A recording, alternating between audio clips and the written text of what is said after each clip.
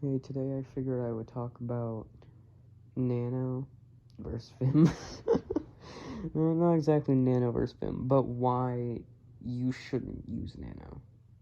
So, in Linux, generally, there are three major text editors that people use, and that is Vim, Emacs,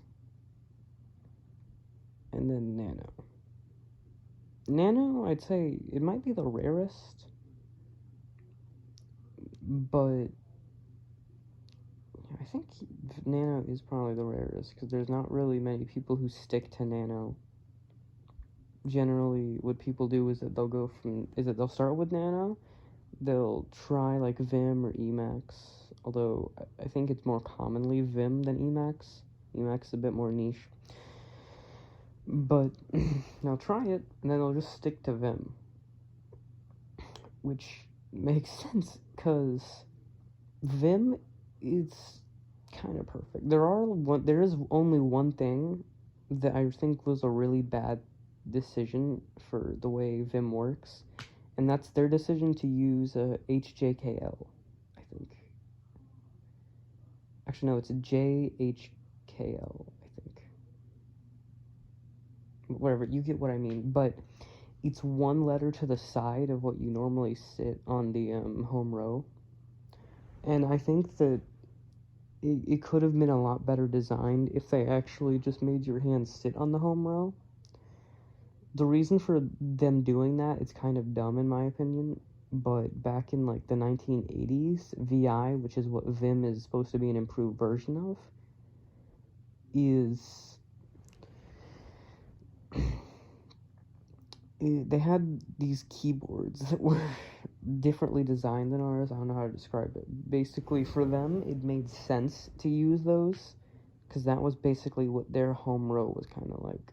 But then as keyboards changed, they never actually changed like what they use, so you have to move your hands slightly to the left to actually move around. You could remap the keys, but that would probably conflict with other stuff, and I wouldn't bother with it, because it's not that annoying, once you get used to it, although starting it, it's like, why? And I still think they should probably switch eventually. And the main motivation behind not switching is so many people are used to it, but I think it's worth them switching, just for the increased efficiency. But that's my personal thoughts about it. So if you like it being how it is, that's fine, I guess. But the issue with nano is that there's really nothing you can do. There's nothing you can do that's very like advanced. It's like with Vim, you can use it for years and still be learning about like new ways to do it faster or something else. With nano, you kind of hit like a skill ceiling basically the moment you enter the program,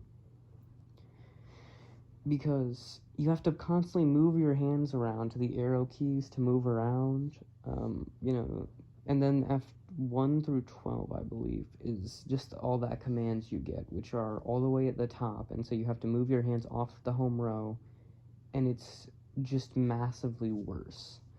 So my advice is, if you're gonna like move to Linux or something, and you're gonna, well, you can already be on Linux, but if you plan on like using something and you plan on editing files at all,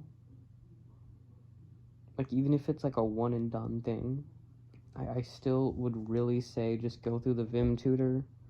My recommendation would be NeoVim for just to use, because it's a bit better than Vim in my opinion. It has better defaults. And just to go through the tutor, and once you're done with the tutor, like you're not going to be great at it, but it's going to be way faster than using nano.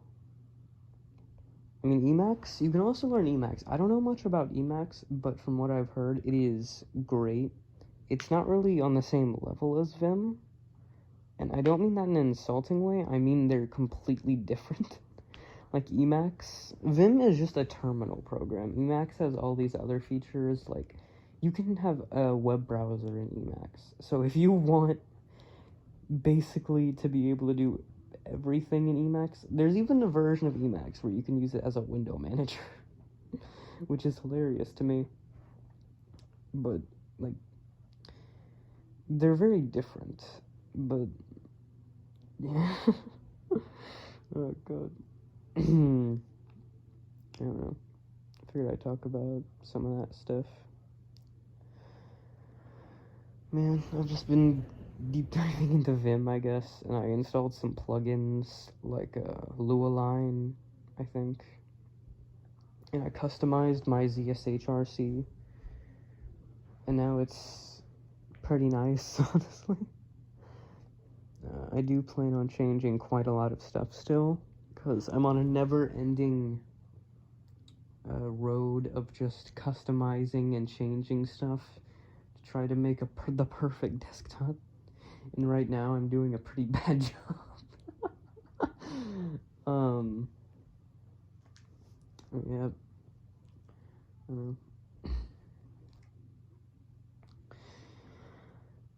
But that's most of what I've been doing. I'm probably, I don't know. I think my next video might be on some of the plugins that I find useful to use for Vim. I might forget to do that, but that might be one of my next videos. Please note though, most of them, I don't know if most of them, but quite a lot of them are going to be NeoVim specific, because I personally use NeoVim, so you might not be able to use some of the ones I would recommend, but I'd imagine there's at least be some of them that would actually support Vim, but don't quote me on that. Anyway, I think that's all I was gonna say. I don't know, I was just randomly sitting here, and I was thinking, and I was like, you know what, might as well make a video about Vim. I'm not doing anything right now, so I figured I would just talk about this for a bit.